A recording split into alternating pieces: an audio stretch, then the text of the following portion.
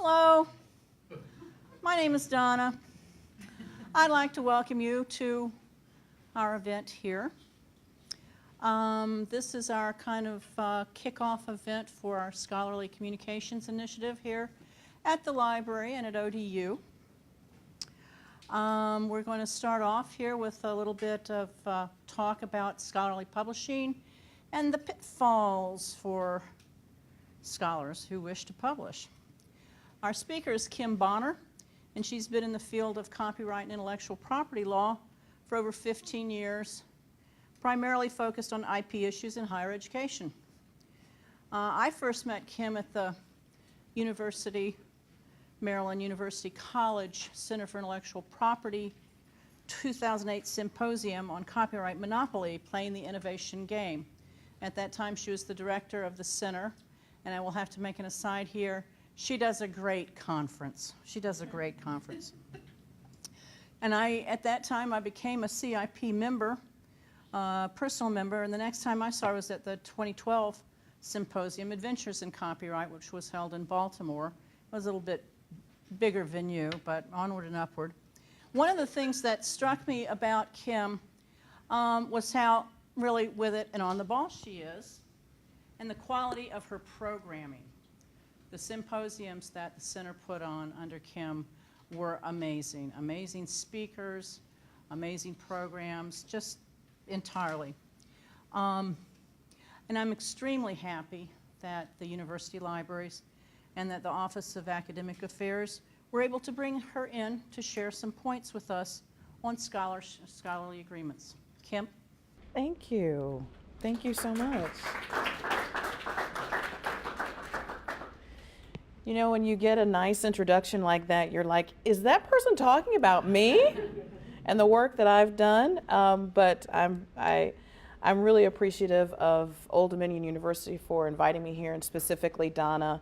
And it was a wonderful experience to be the director of the center for several years and meet wonderful people like Donna and herself, really not just in Virginia, but all over the United States. But now I'm consulting and I'm getting to do things like this, which actually I wasn't really able to do a lot of in my previous capacity, so I'm excited. Now, this is kind of funny. When Donna said, well, Kim, I want you to talk about scholarly publishing agreements, and I want you to do it on Halloween, I thought to myself, you really want to scare these people? You want to freak them out? And I was thinking that to myself. But the irony is not lost on me that we are actually talking about this issue on what is a kind of scary quote-unquote holiday for a lot of people. Hopefully the topic won't necessarily scare you, and the information in the presentation will not scare you, but some of it will be a little thought-provoking. And for those of you who are not aware of some of the practices and some of the things that you've been signing off on, it may in fact be a very scary ride for the next hour and a half. I hope that this will be an interactive session. I'm going to block off a certain amount of time at the end, but I certainly will deal with questions as they arise during the presentation.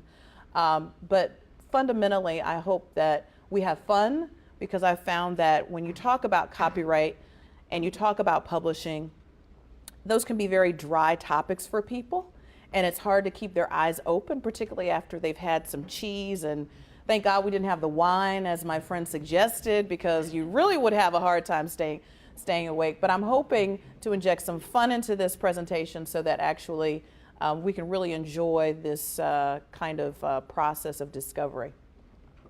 So the first thing I always like to tell people is a general disclaimer, because I don't want you to think that after an hour and a half, you're going to be an expert in copyright and you're going to be an expert in all things related to scholarly publishing agreements. You're not. And I always have to say that because, believe it or not, there's some people that after you give them a little bit of information, it's like the person that read the Wikipedia page.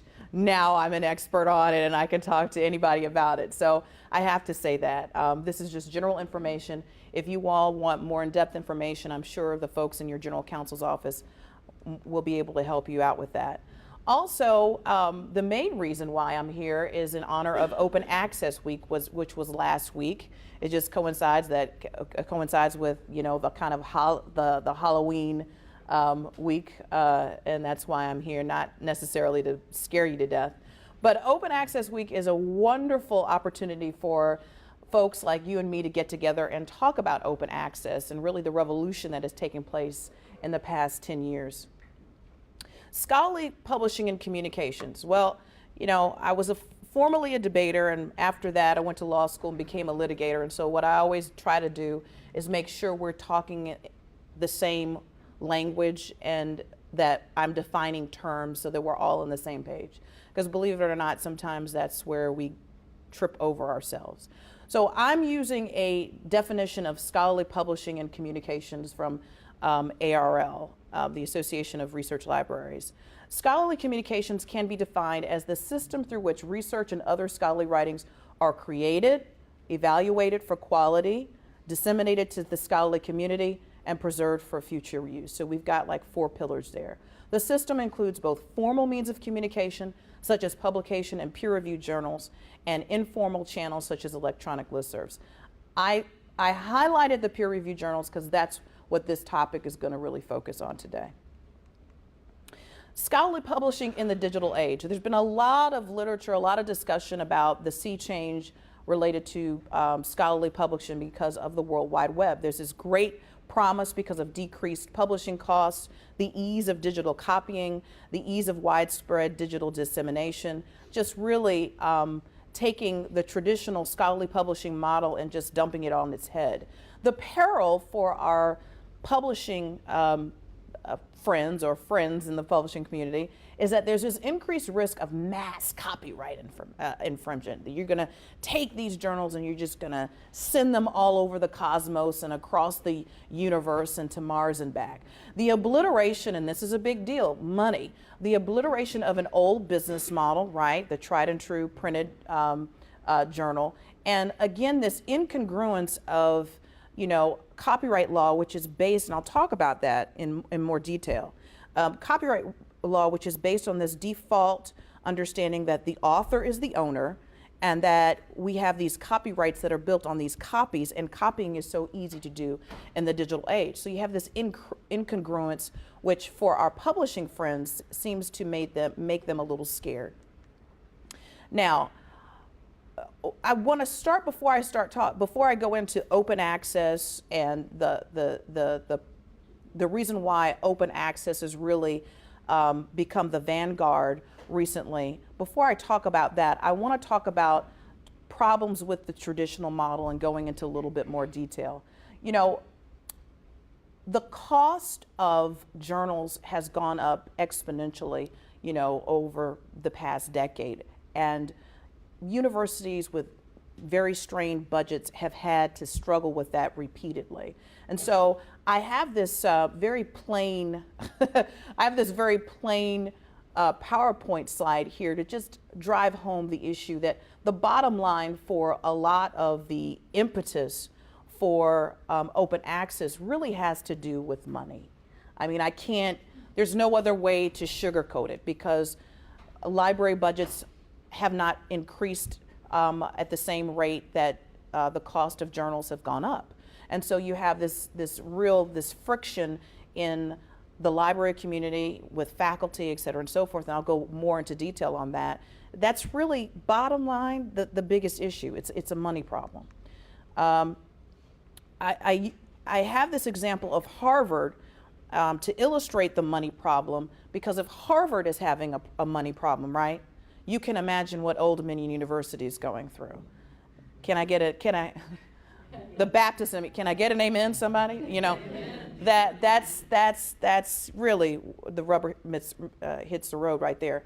In 2012, Harvard's faculty, that was just last year, Faculty Advisory Council advised the university community that the school spends $3.75 million annually on academic journal subscriptions. Now just meditate on that. Some journals cost the school up to $40,000 every year. Just meditate on that. The top 2 publishers increased the price of content 145% over the last 6 years. This is Harvard. Now, if this is the type of bargain that Harvard is dealing with, and I have the director of the library here, she can give me some facts and figures. Can you imagine what, again, Old Dominion University is dealing with, and other universities that don't have necessarily the endowment of Harvard? Also, trying to get at the cost, the true cost of scholarly publishing is difficult, because a lot of libraries actually don't disclose the cost because they're signing non-disclosure agreements, and I don't understand that. Because a lot of libraries are part of consortia and they sign these non-disclosure agreements, we really don't know the details about pricing. But a gentleman named Michael Eisen, who is really the founder of the Public Library of Science, is anybody familiar with the Public Library of Science? Okay. So this is a gentleman who's a molecular biologist who's basically driving home the point in a recent article in, actually, I believe, Nature, that it's a ludicrous transaction how much universities and or faculty are paying to get access to their research and to publish their research. And what I really like about his comment is the scientific community carries out peer review, a major part of scholarly publishing, for free. Yet subscription journal publishers charge billions of dollars per year, all told, for scientists to read the final product. And so it really, it doesn't make a lot of sense. And he does say it's a ridiculous transaction, and it doesn't make a whole lot of sense. And hence, one of the reasons why he's the founder of the Public Library of Science and one of the biggest proponents of open access. Another issue with the really traditional model of scholarly publishing, and I have some dated photos there, sorry, but the laptop and the cell phone. I mean, the bottom line is people are transmitting content through their digital networks, and it's creating issues that we've never had before. I mean, we've got the advent of MOOCs, but we also have, and I know the military's been dealing with this a lot, the advent of mobile learning, like trying to give information to troops via a cell phone. And so with these new technologies, again, the scholarly publishing model and the traditional journal, et cetera, and so forth, doesn't really jive with that. And then last but certainly not least, one of the biggest problems with the traditional model related to scholarly publishing is copyright, that I alluded to in the first couple of slides. And it's one of the reasons why I was asked to come and talk. It's because copyright is like the elephant in the middle of the room. It's one of the things that has actually supported the traditional model, but it's also one of the biggest weaknesses of the traditional model, and I'll talk to you about that right now. How many of you know a little bit about copyright? Know a little bit just to be dangerous? Okay, a handful of you. So some of what I'm going to say is going to be very elementary, and it's going to be a review, but for those of you who are new, this is news. So, and you may not have known this. How many of you know that copyright is automatic? Okay, that's good. So copyright, believe it or not, is a right that you don't have to take affirmative action to receive.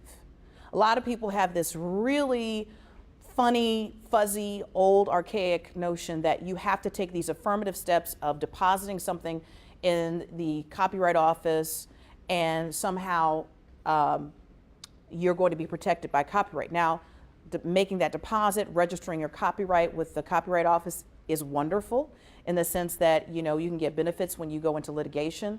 But as far as protection, once you actually meet the terms of that definition, original works of authorship fixed in a tangible medium of expression, and you're like, well, that's like plain, you know, no. But I know that's gobbledygook, like, what? Well, that doesn't help me at all. But original works of authorship fixed in a tangible medium of expression. Once your work meets that definition, you are the owner of the copyright. And it's very simple, and a lot of people don't understand that. Kim, do you need to have your C with the circle and the year? That's wonderful. If you have that, that's wonderful. But according to our statutory definition here, that's not required. Okay? Now, you all are so brilliant. I'm at ODU, so I know, and also the answer happens to be on the PowerPoint. So I know what you are anticipating when it comes to this issue of the automatic nature of copyright. What do you think, what kind of problems arise with this kind of automatic copyright system? There is a question that I had a wonderful discussion with a partner at a law firm in DC, and he said, you know, Kim, we're dealing with cases where people are asking us if there are copyright violations involved with Twitter postings. And that's mind-blowing to me, but it's plausible. It's plausible. It really is plausible. And so, but do we really want to go to court over copyright violations over Twitter posts? That's not the world I would imagine that we really want to live in. So, but that's because of this default nature, because of the automatic nature of copyright, that's the space that we live in. And for people who are using digital technologies like Twitter and Facebook and YouTube, because almost everything is protected, you're talking about massive amounts of copyright violations because of how we're using creative content. Now, the other kind of issue when it comes to copyright that's a conundrum for the traditional model related to scholarly publishing is this. The author, the author is the owner, okay? And not to ignore you guys. The author is generally the owner. Now, did any of you know that? How many people knew that before coming into this presentation? Okay, that's good, because there are many times where I come and do presentations with colleges and universities, and the faculty don't know this. Now, on a certain level, that's a good thing, and on a certain level, that's a bad thing, because if you know that the author is the owner in copyright, and you are signing scholarly publishing agreements that are transferring all of your copyright away, that makes absolutely no sense. So on a certain level, if you told me that you had no idea and you also were signing these agreements, that would make me feel better. But so ignorance is not an excuse amongst this crowd.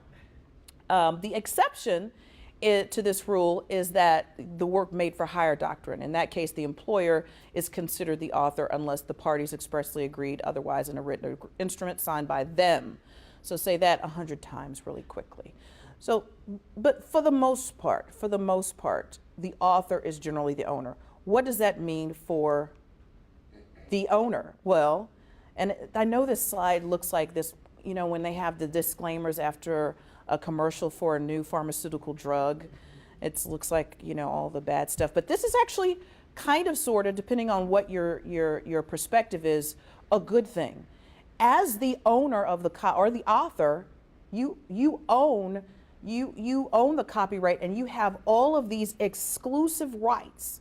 And I'm going someplace with this because I know it sounds like I'm repeating myself and I'm saying the same thing over and over again, but there's behavior that exists within faculty at universities that does not jive with an understanding of who they are and what they have when it comes to authorship and what they have when it comes to exclusive rights. If you knew what you had as a copyright owner, and you knew what you had as far as power and bargaining power as the owner of copyright, and you knew what you had related to exclusive rights, you perhaps wouldn't enter into foolish bargains, okay? So exclusive rights, what are these? To reproduce, these exclusive, you have it. The exclusive right to do and to authorize any of the following. Reproduce, that's to make copies. Prepare derivative works based upon the copyrighted work. So let's say you have a movie, in a book, and you want to create a movie, right? To distribute copies to the public by sale or the transfer of ownership, or by rental or lease or lending. So you're selling articles or books, et cetera, and so forth. To perform your the copyrighted work publicly. So you're definitely talking about movies, et cetera, and so forth, performance in that way.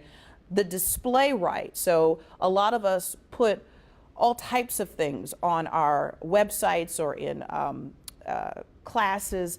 The display right of a lot of copyrighted content is almost always in play. The reproduction right is almost always in play, and obviously if you're selling something, the distribution right is in play. And then there's this last right related to performing the copyrighted work publicly by means of a digital audio transmission. So these are all of your rights as an owner, okay? Now this is the part that people don't understand.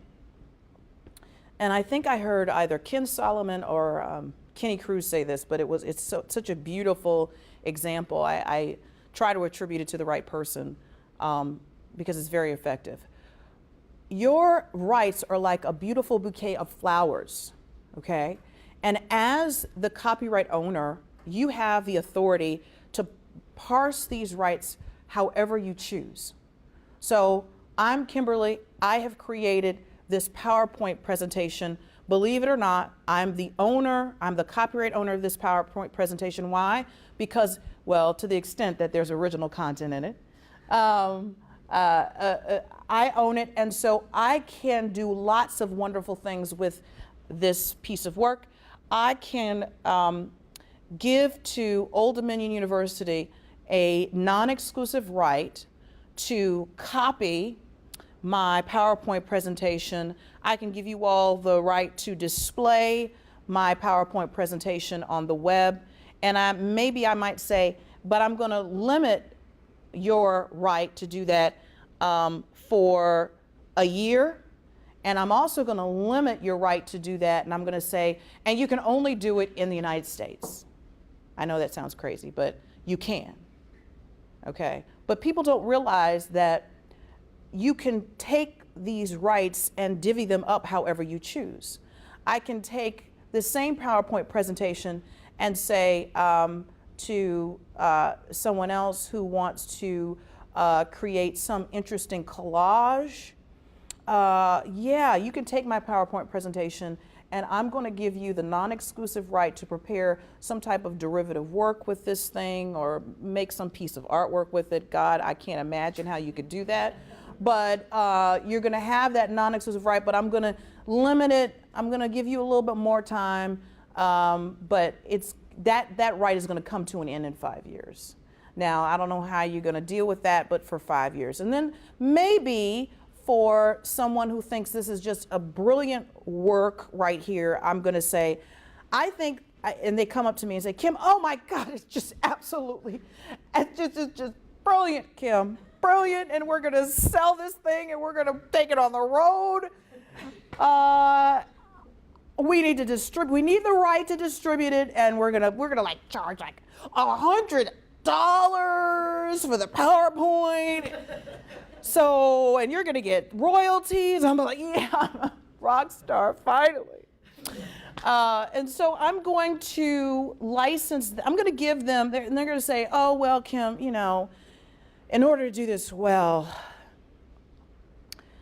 you need to give us the whole thing. And I'm like, no, I don't think so. How about this? How about I give you a non-exclusive, and I keep using this word, non-exclusive, because I may get a better deal, a non-exclusive right to distribute copies of this in the North American market for a year.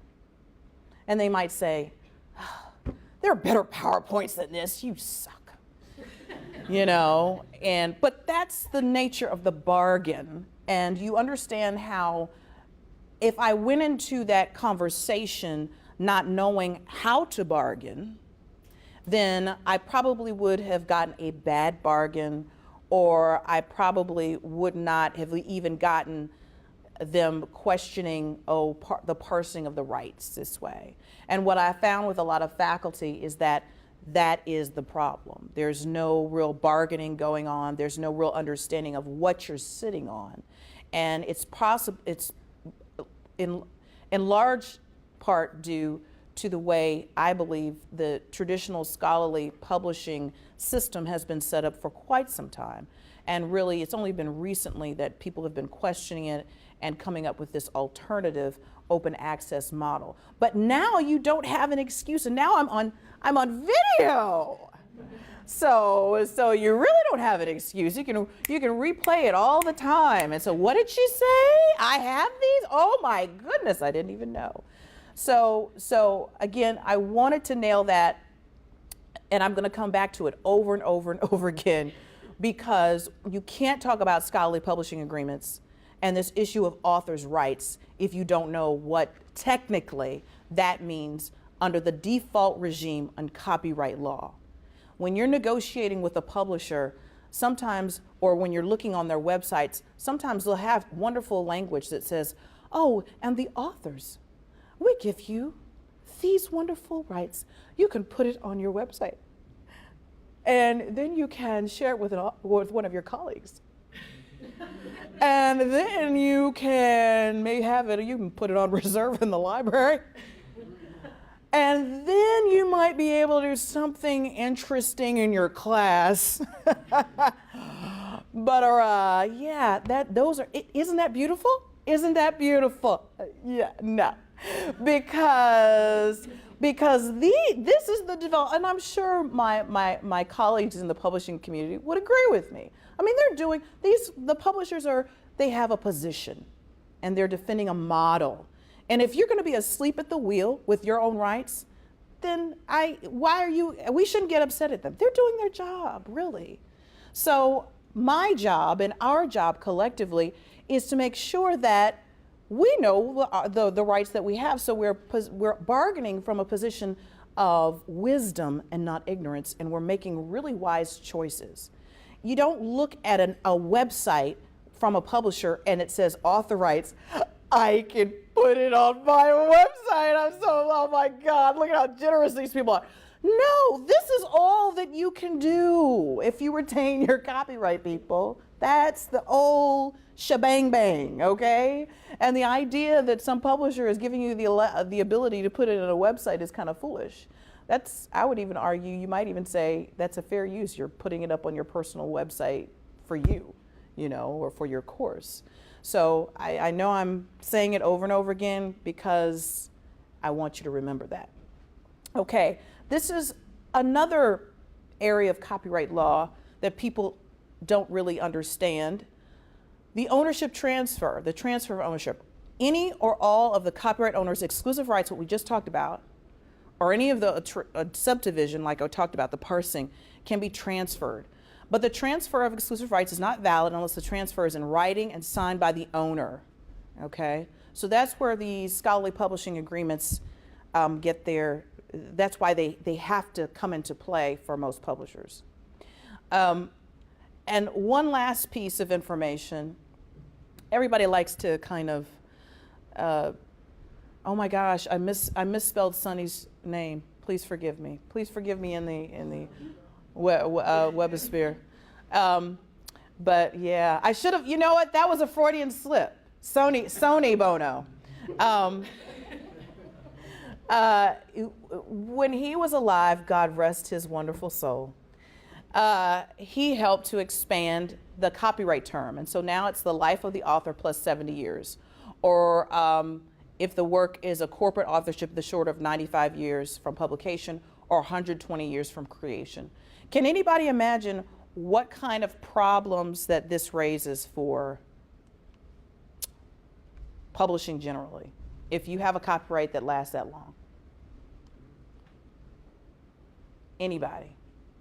Some people are smiling. They know where I'm going. All right, well, I'll go ahead and say it. Locks up a lot of content for a long time.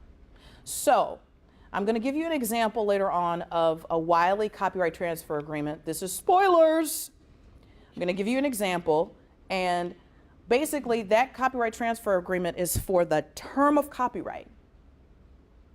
So you wrote an article, or you were the author of a book, you said to Wiley, here you go, here are all my rights, and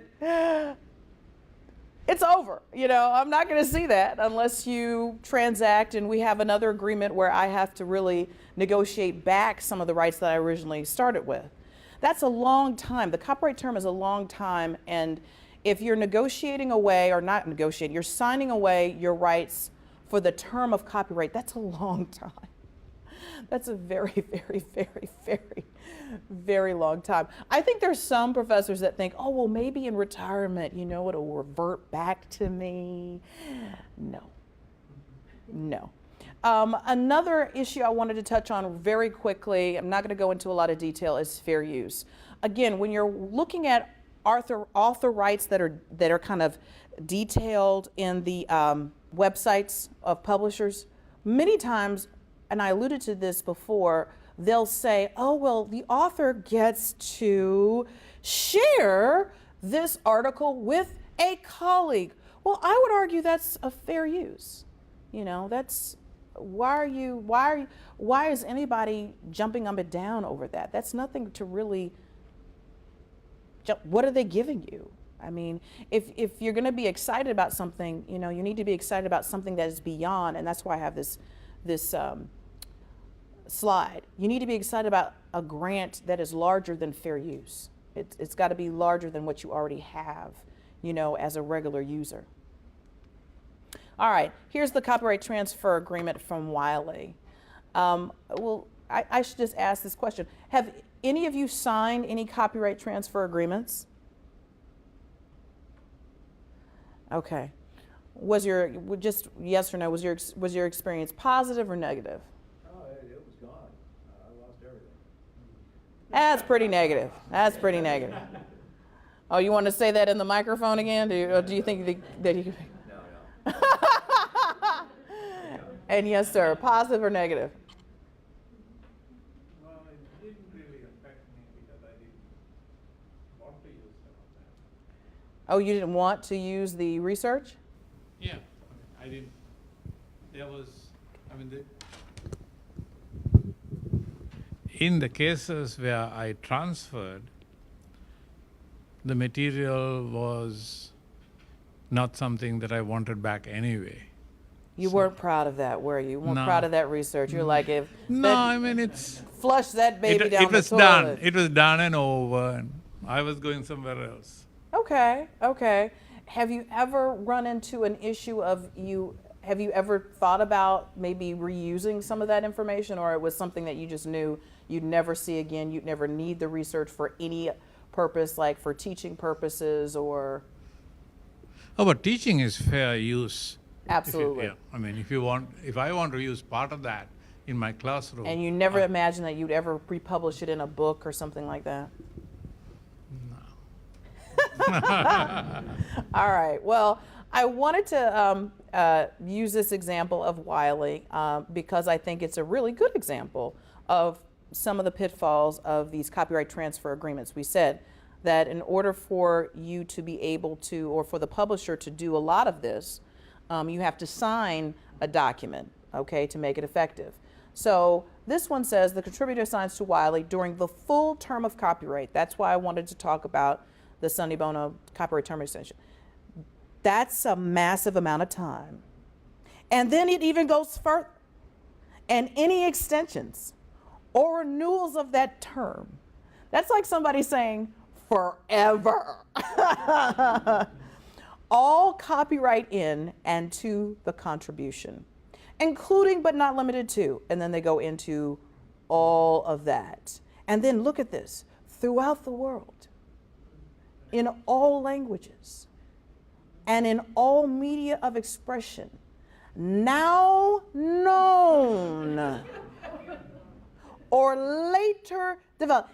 Intergalactic media is covered.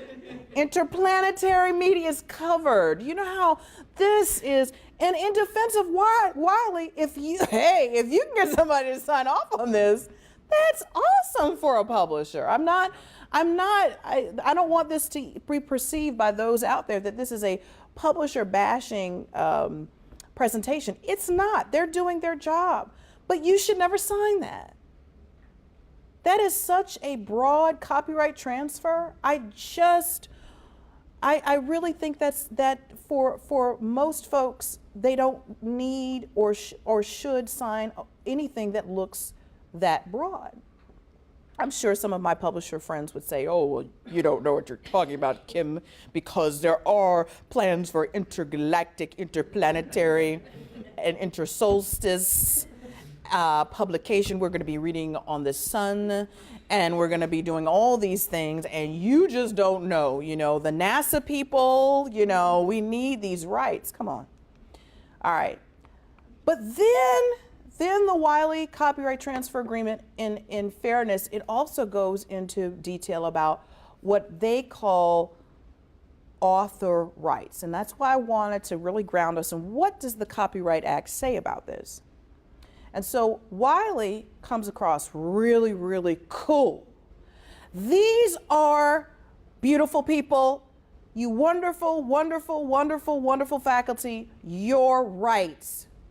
You retain all proprietary rights other than copyright, such as patent rights.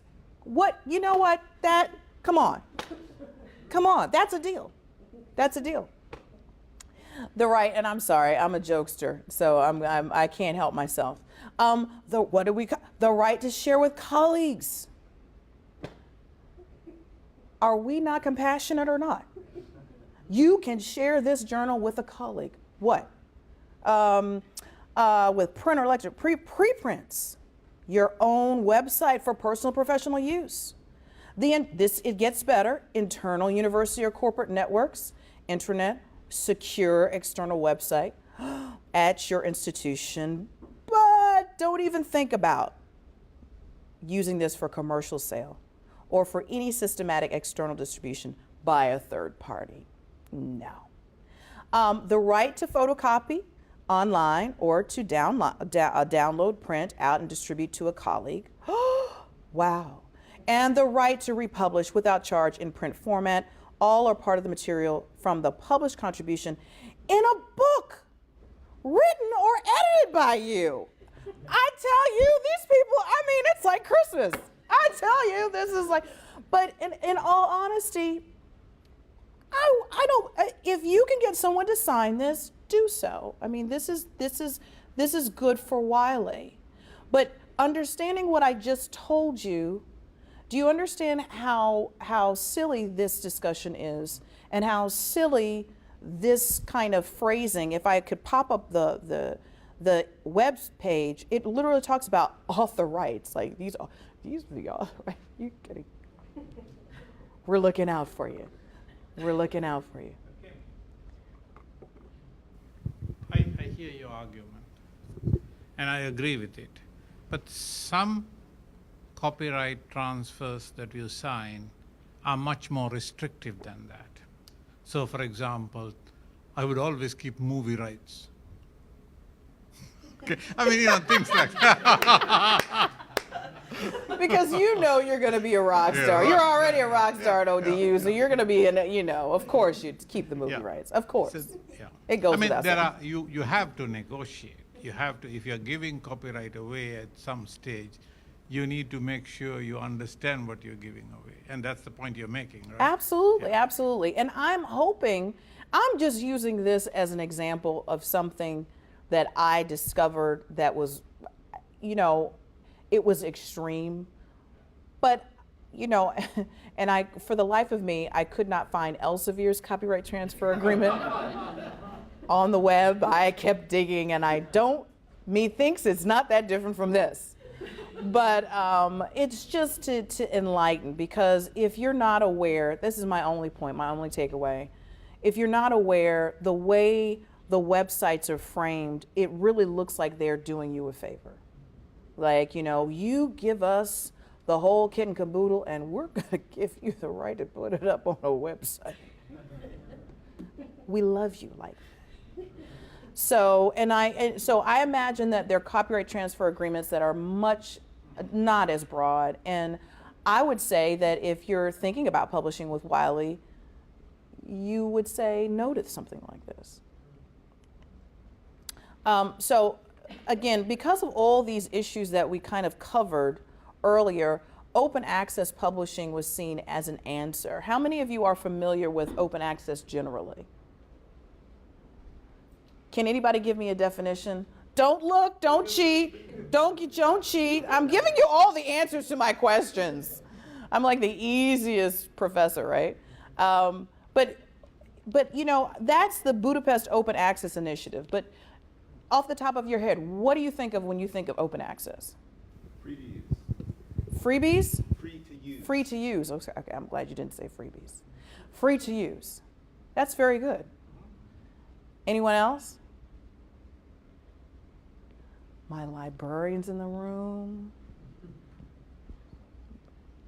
Fair use.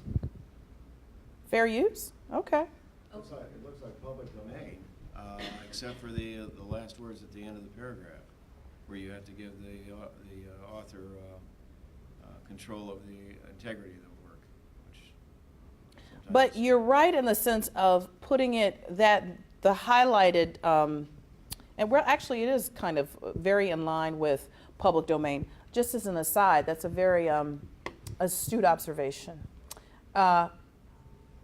The growth of the open access publishing movement also happened at the same time where you had a lot of people like Pamela Samuelson and Jamie Boyle from Duke, and Pamela's out in California, and Larry Lessig were talking about strengthening the public domain and coming up with ways to strengthen the public domain.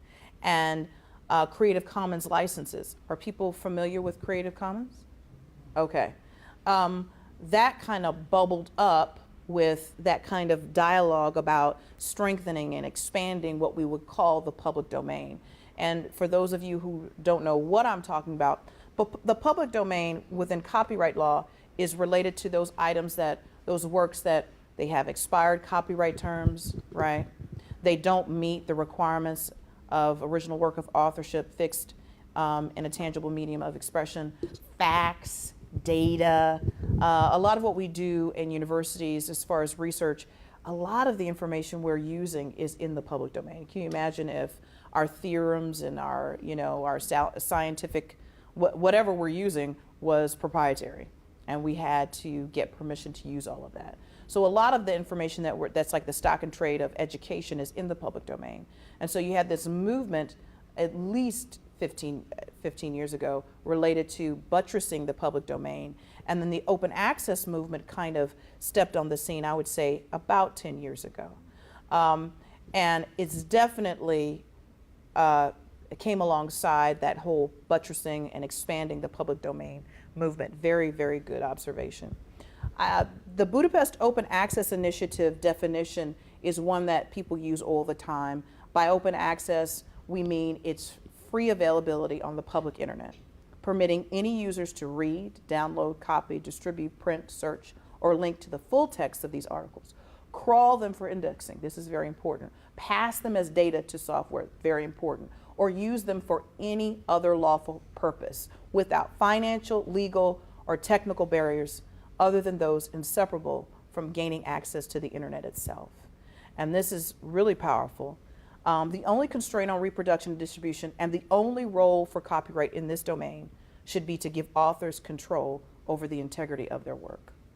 So as you can imagine, this is kind of a complete revolution and kind of flipping the traditional model on its head. When this first came out, there was a lot of buzz, there still is. Initially, the publishing community was not pleased, but amazingly, because people vote with their feet and you see more and more universities, more and more faculty moving in this direction. Again, I gave you the slide about the faculty at Harvard saying enough. The cost issue is enormous. And moving to open access, publishers have had to respond. The promise, decreased costs for access, decreased limits on access, compatibility with digital technologies, MOOCs, yay, Creative Commons licensing, overcomes copyright issues. I'm kind of going through these last couple of slides because I do want to really look at some case studies related to Elsevier and ProQuest as it relates to dissertations. But I'm not going to go into a whole lot of the kind of high-level issues related to open access. Just to let you know that these are some of the critical mechanisms that we need in order to have effective open access per Spark. Open access publishing, digital repositories, effectively manage author rights. We just went through that. Like, if you sign away all of your rights, then it's going to be very hard to then disseminate in a way that's in line with that Budapest open access definition. And then policies. Elsevier, is everybody familiar with Elsevier? All right. Does everybody, what do some people know about Elsevier?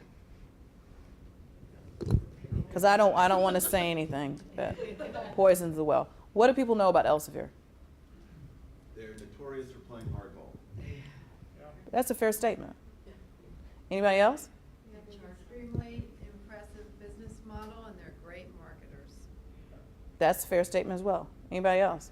They've got a lot of the high quality, highest impact factor, highest rated journals in the fields. Massive amount of power in the field. Anybody else? Charge a lot.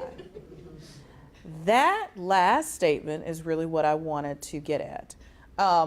Elsevier, because of, I think, all of some of the things that just you all mentioned, leads to that, the ability to charge more. And there were faculty that were boycotting. Are some of you familiar with this? Elsevier, and really getting angry at Elsevier. And I do think, because of some of the bad press and because of faculty really vociferously saying, we're not pleased, they've come up with this open access publishing that is very interesting. They're calling this open access. They have open access journals, open access articles, open access archives, and green open access. And when I went through not just this website, but when I kind of dug a little deeper, oh, there it is. I'm sorry, that was the PDF I was trying to get open. Okay. What I wanted to get at, because I don't want to be accused of poisoning the well. I know I was using a lot of jokes, but many a truth is said in jest. If somebody tells you you have author rights, but the law says you have all of these rights, then it's kind of silly. I wanted to use this chart that was developed from Spark, and it's going to be hard for you to really see it, I know, on the PowerPoint, but Donna has a copy of the presentation. But what this chart does is really go from open access to closed access, because every entity that says it's open access, and I want to be fair, and this is the lawyer in me, everything that calls itself open access, just like everything that says it's author rights, you have to be astute and look at it through some objective lens of measurement. So I set up my argument before to talk about author rights through the objective lens of what does the default copyright law regime state. When we look at that, then calling this author rights is really not. Okay, so now we have this kind of rubric that's been developed, I think, through Spark, in all fairness. Some might argue this is uber open access, and so I'm not giving you as neutral a rubric as copyright law itself to talk about author rights. But notice how it goes from free readership rights, generous reuse rights, author holds copyright with no restrictions, author may post any version to any repository or website, journals make copies, full text machine readability, et cetera, and so forth. And then you have, going down, free readership after an embargo of no more than 6 months. Then goes free readership rights to all articles after embargo greater than 6 months. Free and immediate readership rights to some but not all articles. Subscription, membership, pay-per-view. So what I wanted to do before I talked about as Elsevier is to at least show that, because everything that calls itself open access is not necessarily open access. And everybody has different interpretations of open access. And Elsevier, as all of you all, most of you pointed out, they've got some sharp minds. I like dealing with sharp people because they keep you thinking. And I've never been one of these people to scream at Elsevier unless there's things that are going on that are bad faith or lies. And so, but the way they have framed open access is really very creative, okay? But they do fall on a range of open access options, in all fairness. And so I want to drive home the point, just like I tried to drive home the point about author rights. For the publishers, author rights means we own the rights and we are giving you these wonderful rights to do some special things. Under copyright, author rights, pretty much, unless you transfer your ownership, is you can do whatever you want to do. That's author rights. Under the Budapest open access definition, open access looks a little different than what maybe Elsevier is talking about. Are you tracking with me? And so I wanted to show that definition, and I wanted to put this rubric up there. That's the teacher in me, before we have a discussion, because I don't want to come across like I'm setting Elsevier up in a negative way. Oh no, Elsevier, come on now. And so the open access author agreement, copyright when publishing open access. It is important that authors understand how license impact the publication. We already talked about that, right? Author retains copyright of the article, which looks very good. It's definitely, would you agree, an improvement on the Wiley copyright transfer agreement, right? Elsevier is granted an exclusive right to publish and distribute an article. Now, based upon what I just discussed with you, based upon that whole Budapest open access definition, does that, and also that gradation of open to closed access, what are your opinions of those two provisions? It looks like the same limitation that Wiley had, that you've got, the author rights, that you've got, the copyright, but you can't do anything with it because you have to keep it all to yourself. You can't publish it, you can't distribute it, so you can keep it in your, pants pocket, and that's it.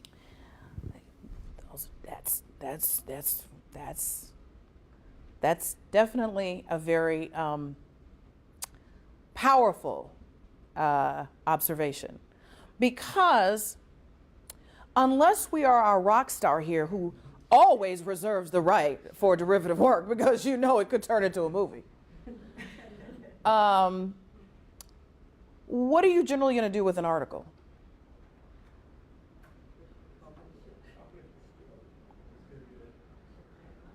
Right. So remember, is there anybody else with any other comments? Because I want us to have a nice, vibrant discussion, because the more we do, you'll probably remember this session. Yeah? It falls outside of open access according to the Budapest initiative. According to that definition. I would agree with you. An exclusive, anything that is exclusive falls outside. Thank you for saying that. Remember when I said over and over again, and I said you're going to hate me and you're going to think, she keeps saying this over and over again, but these rights, how you have the capacity to negotiate and give people non-exclusive rights to do this and non-exclusive rights to that, but once you move into the exclusive right and then there's no end. Does that look like there's an end? I think in that open access gradation, there was some that Spark developed, that grid, that rubric. There was this understanding that, after 6 months, or there were time limitations. And even in my own examples, I was giving you time. Does there look like a time limitation on that? Okay. Oh my goodness, here we go. These are, listen, patent, trademark, and other intellectual property rights.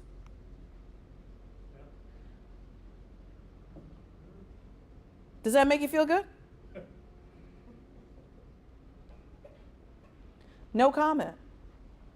Elsevier is provided the right to provide the article in all forms and media so the article can be used on the latest technology even after publication.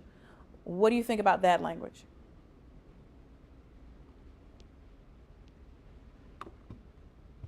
Again, that's just like Wiley. Very similar to the Wiley decision.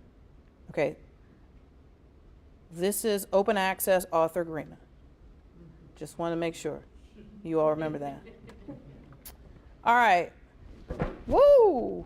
I'm sorry. The right to for proper attribution and credit for the published work. What do you think?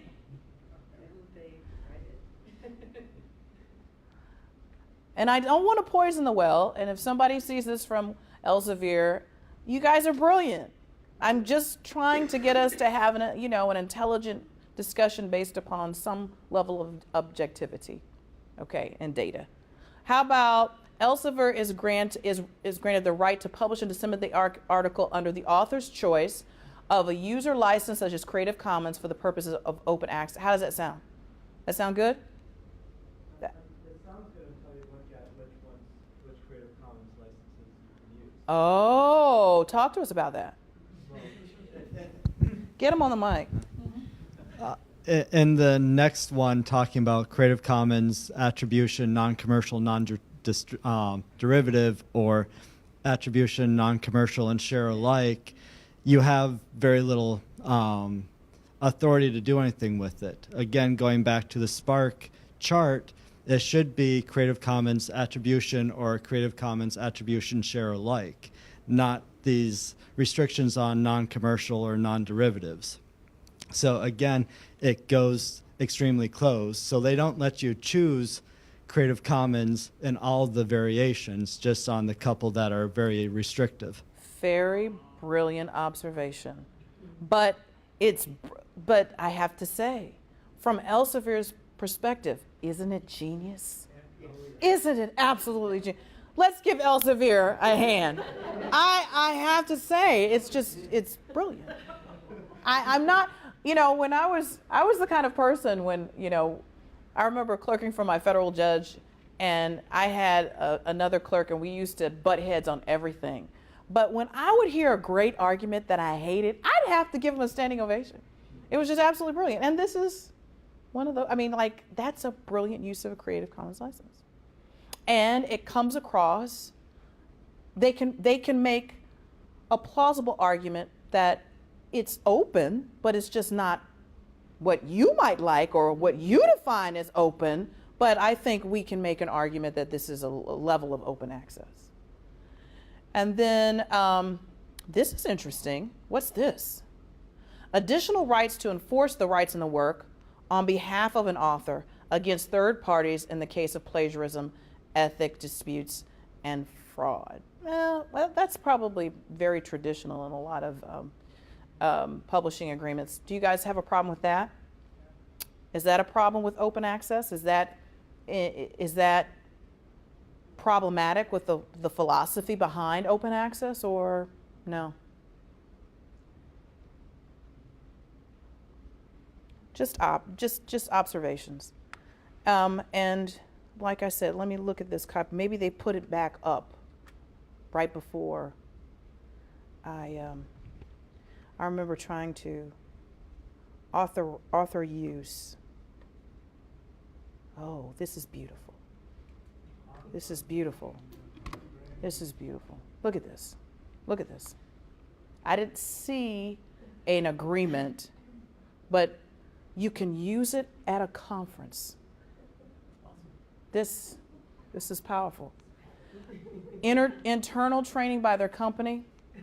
sharing articles in hey, use in a subsequent compilation of your work. What did I do? Inclusion in a thesis. Wow.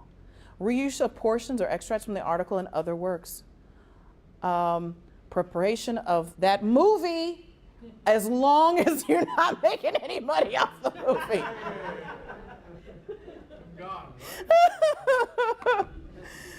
So that's Elsevier, and again, I know that people aren't pleased for a variety of reasons, but at least I want it to try to be as objective as possible. I know I have a personal opinion, and that personal opinion obviously came through, but I wanted this to be grounded, though, in some level of objectivity. And I think it's hard to argue that perhaps Elsevier's definition of open access is the same as the majority of people in the library community's understanding of open access, and we can ground that on certain core definitions and certain core policy positions per se. Okay, finally I want to talk about, I said thesis, dissertation, publishing agreements. Now, you all use ProQuest, right? Okay, so that seems to be, when I was doing my little research around the web, most universities use this publisher to get thesis or dissertations out there. And you have the opportunity now to choose open access or traditional publishing options. And I just wanted to focus on the publishing agreement. The author grants ProQuest the non-exclusive right to reproduce, distribute, display, and transmit the work. And so obviously we see a very kind of a different approach, at least with the dissertation publishing, in this kind of standard language of, yeah, you're going to give them a non-exclusive right, it's not an exclusive right, et cetera, and so forth. The other part that I want to talk about, because I heard it a lot when I was in Maryland, within the system, people were talking about dissertation embargoes. And at least a couple of years ago, people were petrified of putting their dissertations in institutional repositories because they were getting, I guess, nasty grams, or perhaps within publishing agreements, they were being told that if you've already published the dissertation in your institution, that the publication in the institutional repository is considered a prior publication.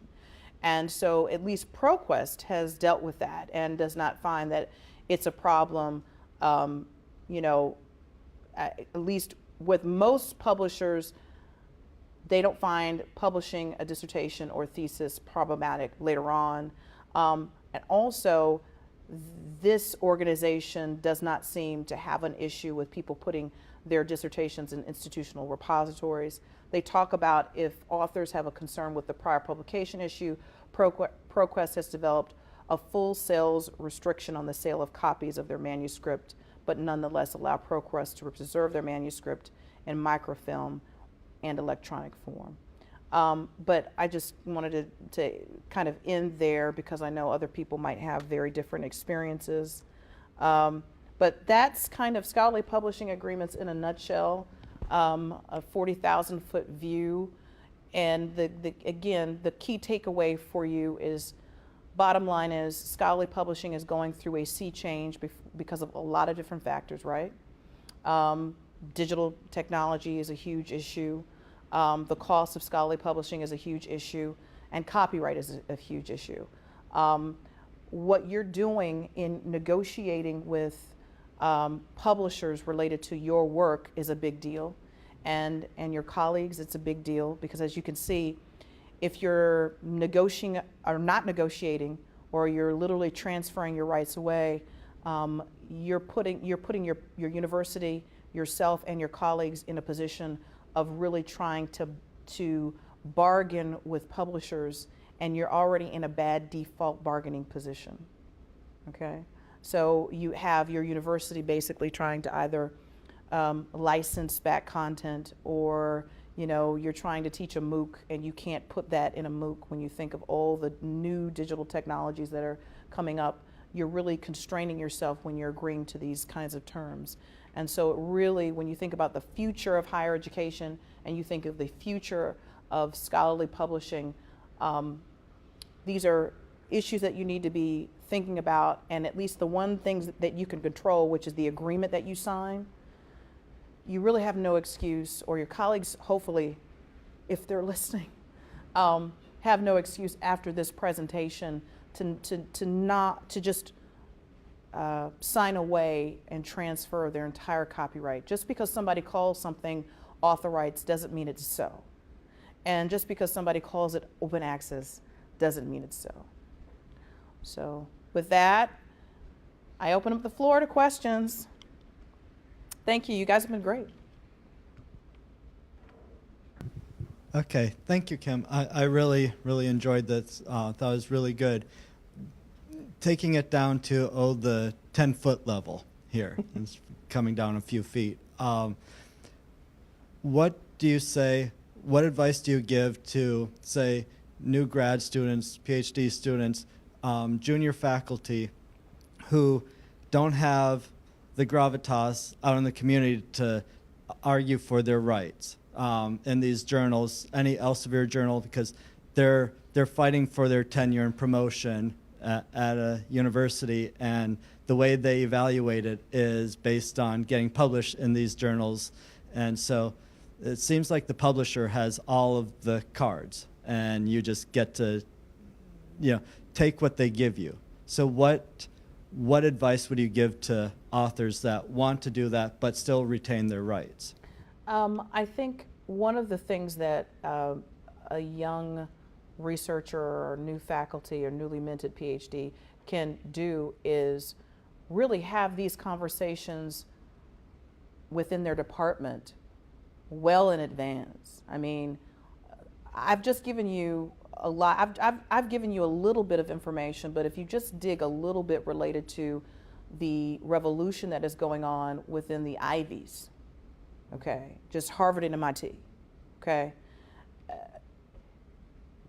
If Harvard is encouraging or at least reevaluating the kinds of literature that is acceptable in a tenure review process, then if you are a scholar or a young scholar coming up, that needs to be the kind of conversation I think that you need to have with whoever is on your dissertation review panel.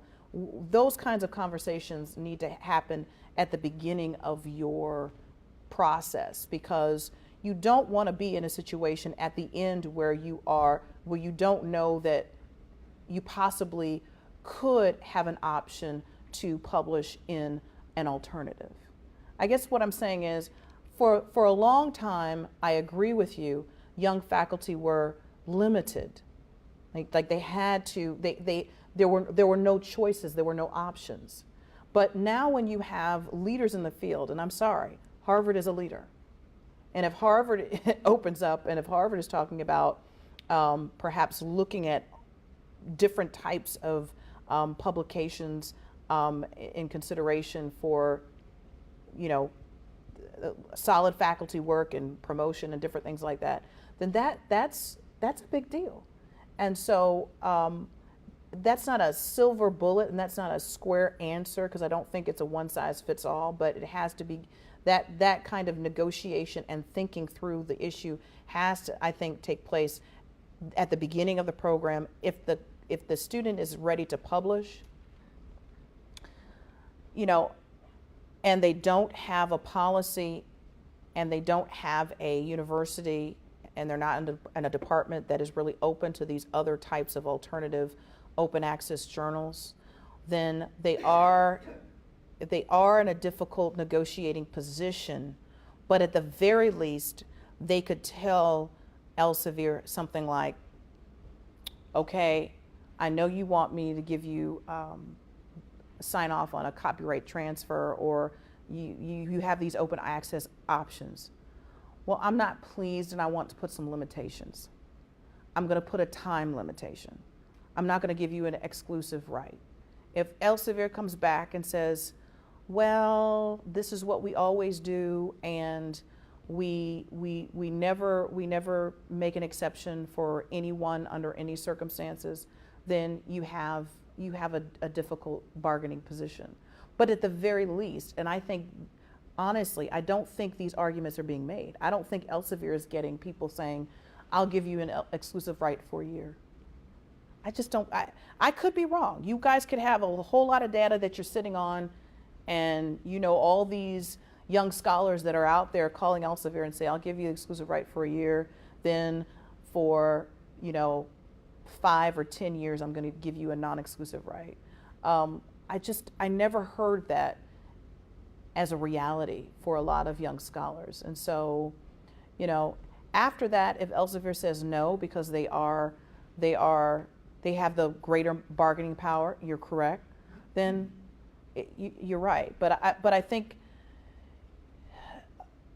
things are changing so much in the area of scholarly publishing that if young scholars are really having these conversations within their departments, I think they're in a better position by the time they're publishing their dissertation if all that information is out there on the table, what's acceptable, what's not acceptable, because things are changing. Things are changing. Kim, I think this is a really important question, largely because the young scholars don't have the power to actually begin this conversation and to push it. But what could be really helpful is if you go from the name of the journal to the impact factor. So if you have an article published, if departments realize that what's important is the quality of the content, and the quality of the content can be judged in many ways other than the name of the journal. It could be how many people have cited you, what is the impact in terms of other areas. And that's really And what a lot that's- of open access, I'm sorry to Yeah, jump in, yeah. but I wanted to jump on that. Yeah. Because that's key. That's key. If people are, who cares if you're cited in, the Rolls Royce of journals, you're published there, but nobody's citing you. But if everybody's citing this young buck or female, scholar, he or she is becoming a giant in the field. Everybody's talking about their work. That has to be more important than the name that's associated with the work, the journal that they publish in. And I think that argument is really developing a lot of steam, a lot of people recognizing that. Any other questions about anything, not just the dissertation issue? Imagine that, me again.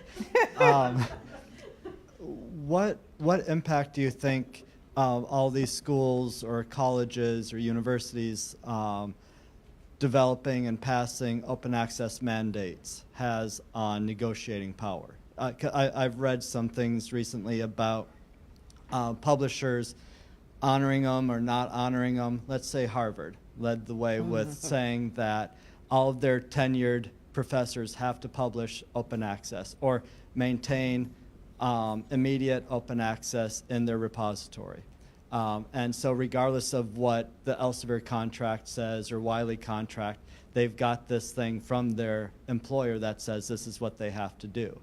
Would that change things for other places? So young faculty would have that mandate so they wouldn't have to worry about negotiating it on their own? If the young faculty were part of universities that were following in line with that kind of open access, then absolutely. That helps them tremendously. It's not just, it goes away from, and I think when I showed that Spark model, they talked about having open access policies that support all of this. It's one thing to have, say that this does not benefit me personally. It's another thing to say, my university will not permit me to do this. It's game over, so that's a brilliant observation. Brilliant. And the more universities do that, I think the more you're going to see these Elsevier change, because they have to. They have to. Because ultimately, you all are creating the content. Any more questions, comments?